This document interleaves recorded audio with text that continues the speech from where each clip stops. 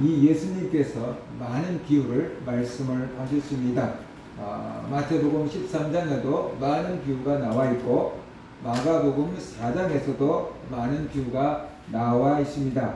마가복음 4장만 보더라도 씨 뿌리는 비유를 말씀을 하셨고요. 등불 비유에 대해서 말씀하셨고 저절로 자라는 씨 비유에 대해서 말씀하셨고 겨자 씨 비유를 말씀을 해 주셨습니다. 그래서 예수님은 많은 것을 비유로 가르치셨는데 오늘 34절을 보면 비유가 아니면 말씀하지 아니하셨다라고 했어요. 그만큼 많은 비유로 말씀하셨고 또 그만큼 비유를 잘 사용하셨다라는 뜻으로 우리가 이해를 할 수가 있습니다. 비유가 무엇인가 라는 것이에요. 비유라는 것은 우리가 자주 접하는, 자주 볼 수 있는, 자주 경험할 수 있는 것을 통해서 뭔가 새로운 것을 가르쳐 주는 것, 그것이 비유다라고 볼 수 있어요. 당시 예수님의 제자들이 자주 볼 수 있었고 경험할 수 있었고 다 알 수 있는 것들을 통해서 하나님의 나라는 이런 것이다 라고 가르쳐 주었는데 그것이 바로 비유다라는 것을 우리가 알아야 되는 것이에요. 자, 그러면 왜 예수님은 비유로 가르치셨는가 하는 것이, 왜 예수님은 비유로 가르치셨는가? 그들이 알아들을 수 있는 대로 말씀을 가르치시되 라고 33절에 말씀을 하고 있어요. 그러니까 하나님의 나라를 좀 더 쉽게 가르치기 위해서 비유라는 방법을 사용하셨다라는 것을 우리가 알 수 있지요. 하나님의 나라가 우리 눈에 딱 보일 수 있다면은 이게 하나님의 나라야 이렇게 하면 되는 거예요. 근데 하나님의 나라가 보이지 않으니까 어떻게 돼요? 설명을 해야 돼요. 예를 들어서 뭐 다빈치가 그린 그림이 있다고 해봅시다. 그러면은 이거 다빈치가 그린 그림입니다 라고 딱 이렇게 보여주면 그렇구나 라고 사람들이 알아요. 근데 만약에 라디오라고 한다면 이게 다빈치가 그린 그림인데 이거 라디오로 설명을 하려면 어떻게 되겠어요? 보여줄 수가 없으니까 제목이 무엇인지, 어떻게 그려진 것인지, 뭐 얼마나 큰 사이즈인지, 색감이 어떤 것인지 이렇게 우리가 하나하나 설명할 수밖에 없다라는 거예요. 그러니까 그만큼 어렵잖아요. 예를 들어서 그림을 딱 보여주면서 이거 다빈치 그림이야 라고 하면은 자기가 다 그냥 보고 이해하면 되니까 그렇게 많이 설명 안 해도 되는데 이게 라디오로 설명을 해주려고 한다면은 얼마나 많이 풀어서 자세하게 설명해 준다고 해도 사람들이 각자 머릿속에서 다른 그림을 상상하게 될 거다라는 거죠. 그래서 바로 하나님의 나라가 눈에 보이지 않아요. 그래서 사람들이 하나님의 나라를 없다고 하고 자기 나름대로 하나님의 나라를 막 색칠해 가는 거예요. 그래서 예수님께서 세상에서 경험할 수 있고 볼 수 있는 그런 것들을 통해서 하나님의 나라는 이런 거야 라고 설명을 해주고 있어요. 그럴 때 사람들이 아하 하나님의 나라가 이런가 보구나 라고 이해할 수 있으니까 그 하나님의 나라를 이렇게 설명하고 있다 이런 것을 우리가 볼 수가 있어요. 사람들이 하나님의 나라를 몰라요. 보지도 못해요. 그러니까 이 땅에 있는 것, 눈으로 볼 수 있는 것, 경험해 본 것을 통해서 하나님의 나라는 이런 것이다 라고 설명을 하고 있다. 그래서 우리가 알아야 되는 거죠.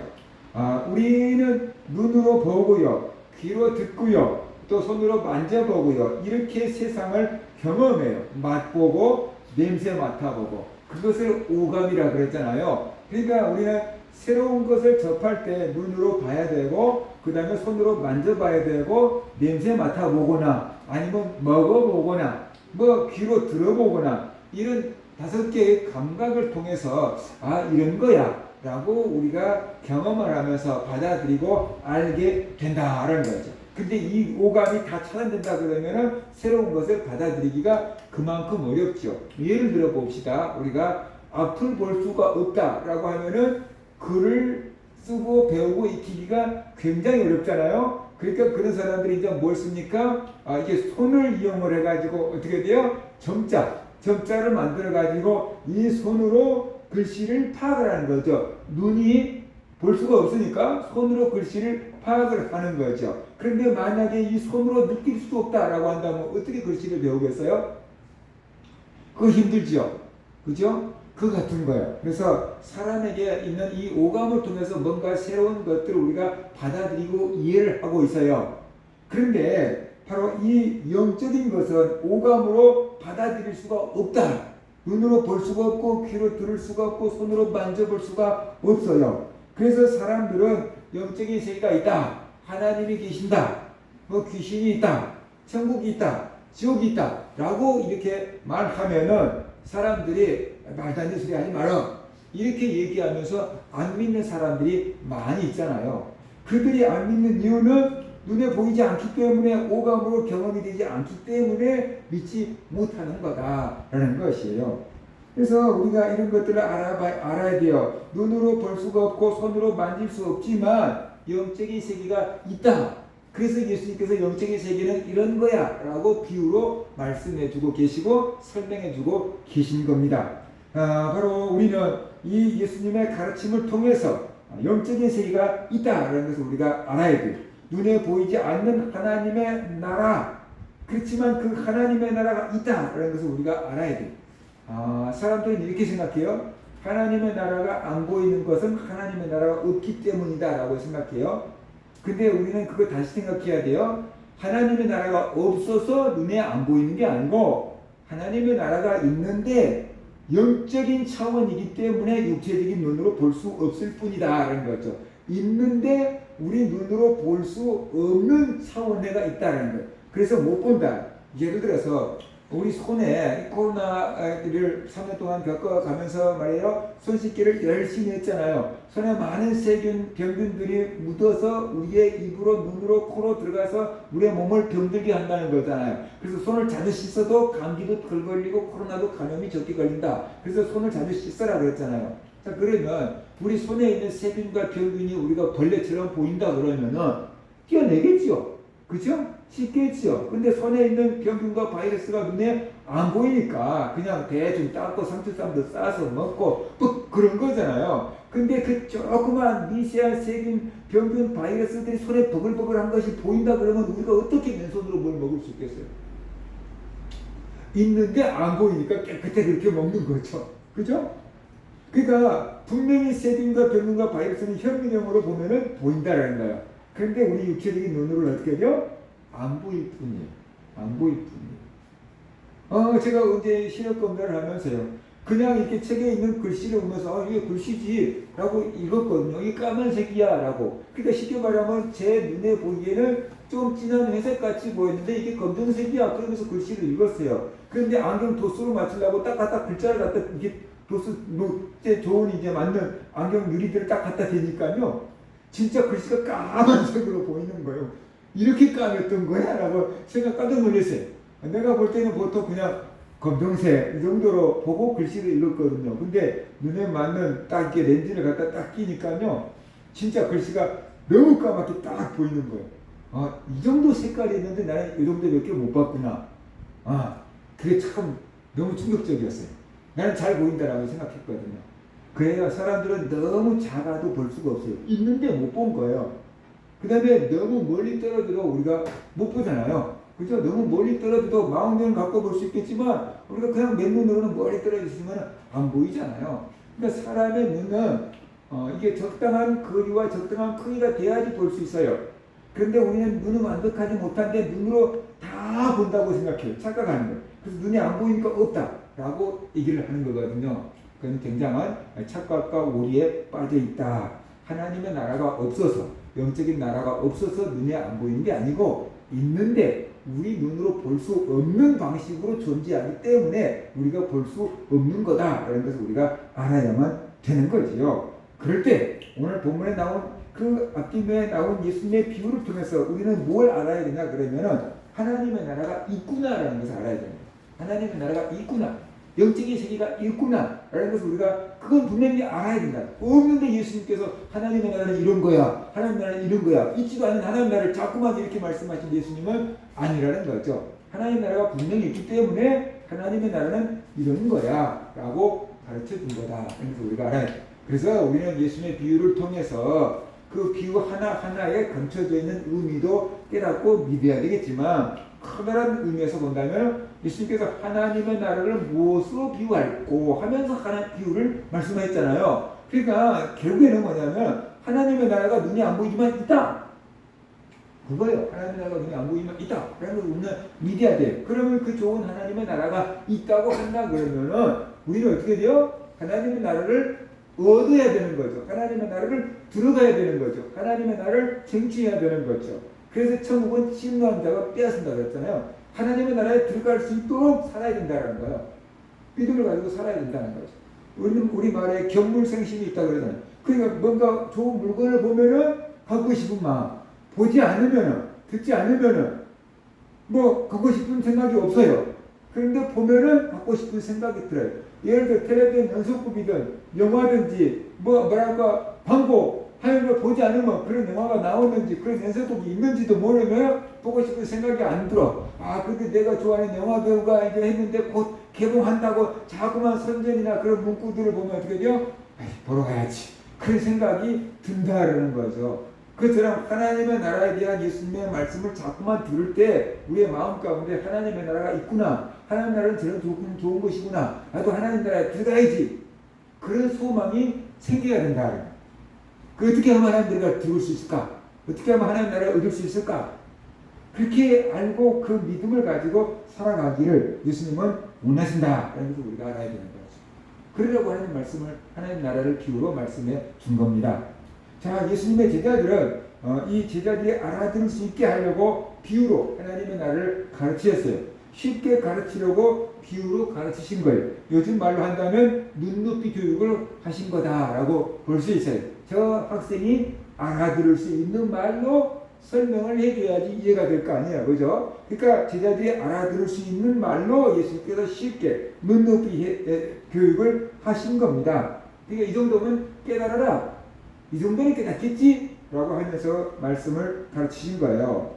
바로 우리가 누군가로부터 배운다고 해서 다 깨달은 것은 아니라는 것이, 제자들 예수님이 그렇게 비유로 가르쳐 줬는데 제자들이 무슨 뜻인지 몰라요. 씨 뿌리는 비유 같은 거 보세요. 그래서 나중에 예수님 그 씨 뿌리는 비유가 무슨 뜻입니까? 라고 물어보잖아요. 그죠? 그러니까 예수님이 분명히 쉽게 가르치려고 쉽게 가르쳐 줬어요. 비유로. 그런데 제자들은 그걸 듣고도 무슨 뜻인지 어떻게 돼요? 몰라요. 그러면 더 어렵게 가르쳐 줬으면 어떻게 돼요? 아예 뭐 꿈도 못 꾸죠. 이해하려고 꿈도 못 꾸죠. 쉽게 가르쳐도 이해를 못하는데 말이에요. 그러니까 우리가 배운다고 다 깨달은 것은 아니다. 그런 것이, 본다고 다 아는 것도 아니고 들은다고 다 깨닫는 것도 아니다. 배워도 모를 때가 많다. 왜냐 그러면 우리의 지혜가 한계가 있기 때문이다. 우리의 지혜가 부족하기 때문에 배워도 이해를 못하는 거예요. 왜 그러냐 그러면 배울 때 선지식이 있어야 돼요.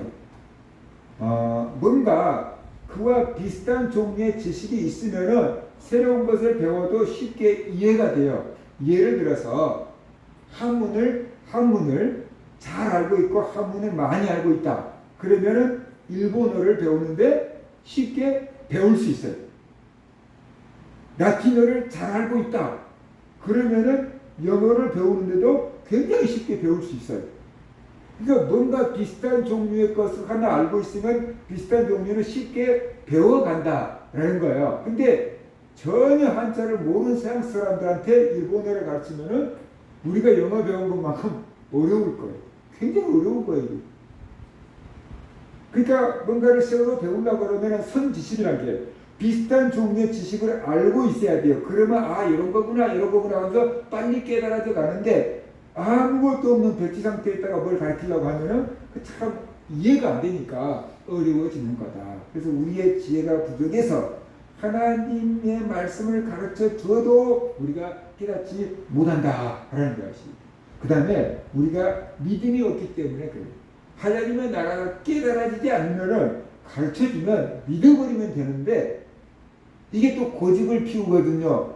어떻게 그런 게 있을 수 있겠어? 라고 하면서 이제 거부를 하거든요. 믿지를 않거든요. 그렇기 때문에 배워도 깨달아지지가 않는다라는 것이. 예를 들어서 뭐 영양사들은 파김치에는 어떤 영양분이 있고, 뭐 고구마에는 어떤 영양분이 있고, 배추에는 무슨 영양분이 있고, 막 그렇게 다 알고 가르치고 그래가지고 식단을 짜겠지만 우리 같은 사람이 그렇게 다 알고 먹겠습니까? 그냥 몸에 좋은 거야 라고 먹고 배고프니까 먹고 그러다가 보면 알아서 다 몸속에서 힘나게 해줄 거 아니냐 그 말이죠. 그러니까 하나님 말씀 무슨 뜻인지 몰라도 하나님 말씀하신 것은 사실이야 라고 우리가 믿어버리면 되는데 어떻게 그런 일이 있을 수 있겠어? 그러면서 자꾸만 우리가 브레이크를 걸고 안 믿는다라는 거죠. 의심을 하잖아요. 새로운 게 오면 우리는 무조건 의심하고 거절하는, 내 안전을 지키기 위해서 그런 거거든요. 속지 않으려고 그러는 건데 그러다가 보니까 하나님은 나를 깨닫지 못하고 믿지 못하게 된다 하는 것이죠. 아, 우리에게 지혜가 부족하구나. 또 우리에게 믿음이 없구나. 그래서 하나님 말씀을 들어도 깨닫지 못하고 믿어라. 그래도 믿지 않고 거절하는 거구나. 그런 것을 우리가 알아야 됩니다. 제자들은 비유를 들어도 그것이 무슨 뜻인지 몰랐어요. 그래서 따로 계실 때, 예수님이 따로 계실 때, 예수님 아까 하신 그 말씀이 무슨 뜻입니까? 라고 물어보시죠. 그럴 때 제자들은 혼자 계실 때 그 제자들에게 모든 것을 해석하시더라 라고 말씀하고 있습니다. 예수님은 따로 시간을 내서 제자들을 가르쳐 주셨어요. 그러니까 특별 지도를 해줬고, 오늘날로 말한다면 개인 지도를, 그룹 레슨을 따로 해줬다라고 이렇게 볼 수가 있는 거지요. 예수님께서 제자들에게 따로 비유를 하나하나 다시 설명을 해줍니다. 그래서 이해할 수 있도록 해줍니다. 바로 가르쳐 주실 수 있는 분이 있다라는 것이 복이다. 우리에게 뭔가를 가르쳐 줄 수 있는 부모님이 계시고 선생님이 계시다는 것이 복인 줄 알아야 돼요. 이 세상에 지금까지 수천 년 동안 문명이 쌓아왔잖아요. 그 문명을 우리에게 가르쳐주는 학교가 있고 선생님이 계시기 때문에 우리가 쉽게 배운 거예요. 근데 예를 들어서 세종대왕이 한글을 만들어놨다고 할지라도 우리에게 가르쳐줄 선생님이 없었다 그러면 우리 혼자서 네가 이거 하고 터득해봐라 한다면 어떻게 읽을지도 모르겠죠. 그죠? 가르쳐주니까 이건 가라고 있고 이건 나라고 있는 거야. 가르쳐주는 사람이 있으니까 우리가 배운 거죠. 갖다 놓고 네가 혼자서 알아서 읽어봐라 그러면 우리 못 읽죠. 무슨 뜻인지도 모르죠. 가르쳐줄 수 있는 사람이 있다는 것을 우리는 복으로 알아야 된다는 거죠. 우리에게 가르쳐줄 수 있는 부모님이 계시고 우리에게 가르쳐줄 수 있는 선생님이 계신 것을 복으로 알아야 돼요. 근데 오늘날 학교에서 선생님들을 존중할 줄 모르는 그런 학생들이 있으니까 선생님들을 무시하고 조금만 자기한테 막 승계해도 선생님을 막 고발 조치하는 학생들이 있으니까 선생님들이 가르쳐주고 싶어도 가르쳐줄 수가 없고 수업 시간에 자고 있는 애 깨워서 하나라도 더 듣게끔 하려고 하지만 깨우면은 휴식을 방해했다고 고소해버리니까 깨울 수도 없고 그러니까는 자기를 가르쳐줄 수 있는 스승을 다 거절할 수 있는 세상이 돼버린 거죠. 그러니까 제대로 배울 수가 없고 자기 마음대로 자라가니까 그게 좋은 방향으로 자라가면 좋은데 안 좋은 방향으로 자라갈 가능성이 많잖아요. 그러니까 이 시대 아이들이 어떤 의미에서는 인권이라는 것으로 지네들에게 자유를 줬지만 천답게 배울 수 있는 스승도 멀어져 버렸다라고 볼 수 있어요. 하나를 얻음과 동시에 하나를 잃어버렸다라고 볼 수도 있는 거죠. 어떻게 어른 세대, 기성 세대를 볼 때는 참 안타까운 이 세대가 살아가고 있는 거다라는 것이에요. 지금도 예수님이 우리들에게 이렇게 하나님의 말씀을 깨닫게 해주시고 가르쳐 주시면 얼마나 좋겠습니까? 예수님이 성경을 마태복음 1장을 펴라. 내가 한 것은 이런 뜻이었느니라 라고 예수님께서 우리 옆에 와서 가르쳐 주신다면 얼마나 좋겠습니까? 그렇다면 사실 목사 저 같은 사람은 실업자 돼야 되는 거고 교회에서 가르쳐줄 교사들도 필요가 없게 되는 것이고 굳이 사람들이 교회에 모이지 않겠죠? 자기 집에서 다 예수님한테 개인 지도 받으면 되니까 교회에 모일 필요도 없겠지요. 그런데 지금 예수님께서 성령님을 우리에게 보내서 그 일을 하게 하고 계신다는 것이에요. 우리들이 말씀을 읽을 때, 우리들이 말씀을 들을 때 성령님께서 우리 안에 계셔서 우리로 깨닫게 하신다는 것이 성령님께서 예수님의 말씀을 기억나게 하시고 성령님께서 예수님의 말씀을 깨닫게 도와주고 계셔요. 요한복음 14장 26절에 보면 예수님께서 내가 하늘로 올라가면 너희들에게 성령을 보내줄게 라고 하면서 그 성령님이 오시면 너희들을 이렇게 도와줄 거야 라고 말씀하신 구절이 있어요. 그 구절 보면 보혜사 곧 아버지께서 내 이름으로 보내실 성령 그가 너에게 모든 것을 가르치시고 성령님께서 우리에게 모든 것을 가르치시고 내가 너에게 말한 예수님이 우리에게 가르치신 모든 것을 생각나게 하리라 라고 이렇게 말씀하셨어요. 그러니까 성령님께서 우리에게 오셔서 예수님의 말씀을 생각나게 하고 성령님께서 우리에게 모든 것을 깨닫게 해 주신다라고 지금 말씀하고 있어요. 그 일을 하기 위해서 성령님께서 우리에게 오셨고 우리 안에 오신 성령님께서 그 일을 우리에게서 지금 하고 계시는 거예요. 근데 문제는 뭐냐 그러면 우리가 그 성령의 이렇게 가르치심을 깨달을 수 있느냐, 성령님이 생각나게 하시는 것을 깨달을 수 있느냐 그런 거죠. 우리는 이게 갑자기 그냥 우연히 생각났다라고 생각하고 내가 골똘히 생각하다가 깨달았다라고 생각을 해버리고 마는 거죠. 성령님께서 생각나게 해주신 거다라는 것을 못 느끼고 성령님께서 깨닫게 해주신 거다라는 것을 우리가 알지 못하고 그냥 우연히 떠오른 거고 내가 똑똑해서 깨달은 것처럼 생각을 해버리기 때문에 내 안에 성령님께서 일하고 계시는 것을 못 느끼고 살아갈 때가 많다라는 것이죠. 제가 하나님 말씀을 전할 때 분명히 설교하러 올라오기 전까지는 성경을 펼치기 전까지는 분명히 깨달아지지 않았던 것들이 있어요.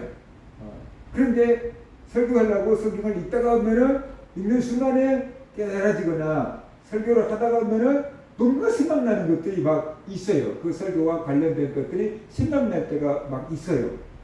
그게 바로 성령님께서 나를 깨닫게 해주시고 성령님께서 생각나게 해주시는 거죠. 그러니까 하나님이 이렇게 하면은 내가 할 수 있는 게 아니구나. 성령님께서 생각나게 해주셨구나. 성령님께서 깨닫게 해주셨구나.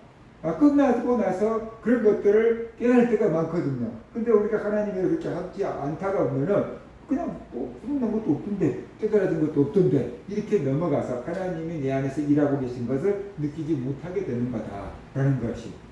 그래서 우리가 복음을 전하거나 하나님 말씀을 가르치거나 막 읽거나 기도하거나 그럴 때 하나님 말씀이 깨달아지고 하나님 말씀이 생각나게 해주시는 그 선생님, 위대한 보혜사 성령님께서 우리 안에 계시다. 이러면서 우리가 알아야 돼요. 그러니까 우리가 성경을 읽다가 깨달아야 되면 이것이 무슨 뜻입니까? 하나님 깨닫게 해주세요. 그거 무슨 뜻일까 하고 계속 고민하고 살아가야 돼요. 그러다가 어느 순간 설교를 통해서 깨닫든지 책을 통해서 깨닫든지 길 가다가 깨닫든지 어떤 방법으로는 이렇게 깨닫게 되는, 그럼 내가 기도했다고 바로 깨닫는 경우는 그렇게 많지 않아요. 근데 계속 질문을 갖고 다니는 거죠. 이 말씀이 무슨 뜻일까? 이 말씀을 갖고 어떤 설교를 할까요? 그런데 계속 그 질문을 갖고 하나님께 질문을 하고 질문을 갖고 막 밤에도 그렇게 생각을 하다가 잠들면 어느 순간에 이게 이건가 봐 깨달아질 때가 있다는 거죠. 성령께서 우리 안에 역사하시고 깨닫게 해주신다. 그래서 우리가 알아야 돼요. 그래서 우리가 하나님 말씀을 읽을 때 성령께서 깨우치게 해주세요. 성령께서 생각나게 해주세요. 이렇게 기도하면서 하나님 말씀을 읽고 하나님 말씀을 듣고 또 하나님 말씀을 전하는, 정적으로 성령에 의지해서 우리가 하나님 말씀을 읽고 듣고 전하는 그런 사람이 되어야만 된다는 것입니다. 성경은 하나님의 말씀, 하나님의 감동으로 기록되어 있다고 했잖아요. 그래서 이 성경의 말씀을 깨달으려고 그러면 성령의 조명이라고 하는데 성령께서 딱 불을 비춰줘야 돼요. 예를 들어서 깜깜하면 아무것도 안 보이지만 빛을 딱 비춰주면은 뭐가 선명하게 다 보이잖아요. 그처럼 우리가 영적인 어둠에 있어서 하나님 말씀을 읽어도 하나님 말씀을 들어도 깨달아지지가 않는데 성령께서 빛을 딱 비춰주시면 이거였구나 하고 깨달아진다는 거예요. 근데 이단들은 깨달았다고 하는데 엉뚱없는 것을 깨달아서 가르치니까 그게 따라가면 같이 멸망길로 가는 거고요. 제대로 된 사람들이 깨달아서 가르쳐준 것을 배운다 그러면 쉽게 제대로 된 길을 갈 수 있기 때문에 그것이 은혜고 복이다. 나에게 제대로 하나님 말씀을 가르쳐줄 수 있는 사람이 있다는 것이 은혜고 복이고 또 가르쳐줄 때에도 그것을 잘 깨닫고 믿어진다고 한다면 그것이 복이다라는 것이. 아무리 들어도요 영적으로 귀가 닫혀있으면 안 들립니다. 그래서 계시록에서 끊임없이 하시는 말씀이 귀가 성령이 귀 있는 자는 성령이 교회들에게 하시는 말씀을 들을지어다라고 이렇게 말씀을 하고 있는 거죠. 이 육체적인 귀가 없는 사람이 누가 있겠어요? 다 하나도 아니고 두 개씩 다 있어요. 그런데 계속해서 일곱 교회를 향해서 귀 있는 자는 성령의 교회들에게 하시는 말씀을 들을지어다라고 하는데 그게 영의 귀를 얘기하고 있는 거잖아요. 영의 귀가 없다 그 말이죠. 그래서 들어도 못 깨닫는다는 거죠. 그러면 어떤 사람이 영적인 귀가 없는 사람인가? 믿음이 없는 사람이 영적인 귀가 없고요. 그 다음에 시험된 사람들, 영적인 귀가 없어요. 그래서 얘기를 해도 전혀 안 들려. 귀로는 물론 육체적인 귀로는 듣지요. 그러나 마음속에 와닿지가 않는다라는 거죠. 찔림이 없다라는 거죠. 정신 바짝 차려지지가 않는다라는 거죠. 그래서 믿음이 없는 사람, 교만한 사람, 시험된 사람, 이런 사람들은 영적인 귀가 닫혀 있어서 하나님 말씀을 아무리 많이 외쳐도 그냥 거울로 반사하듯이 다 반사해 내버리는 것이. 자기는 육체적인 귀로는 들었는데 전혀 마음에 와닿지가 않으니까 은혜가 안 되고 회개가 안 되고 변화가 안 되는 것입니다. 그러나 우리가 하나님의 은혜를 받고 은혜를 사모하고 믿음이 막 좋으면은 하나님의 말씀을 들을 수 있는 귀가 열려요. 그게 들려요. 깨달아져요. 믿어져요. 그래서 회개하고요. 믿음이 자라는 거다. 그러면서 우리가 알아야 됩니다. 우리 모두 이 영적인 귀가 있어야 돼요. 하나님 말씀을 들을 수 있는 영적인 귀가 있어야 되고 하나님 말씀을 보고 깨달을 수 있는 영적인 눈이 열려야 돼요. 영적인 눈이 열리고 영적인 귀가 열려야지 하나님 말씀을 깨달을 수 있고 들을 수 있고 신앙생활하는 재미가 난다라는 것입니다. 그래서 예수님의 말씀을 듣고도 믿어지고 내 걸로 만들 수가 있는 거죠. 우리 모두 영적인 눈이 열릴 수 있기를 바랍니다. 우리 모두 영적인 귀가 열릴 수 있기를 바랍니다. 그래서 하나님의 말씀을 듣고 읽고 깨달아지고 믿어져서 하나님 나라를 소망하며 살아가는 그런 성도들 되시기를 주의 이름으로 축원합니다. 아멘.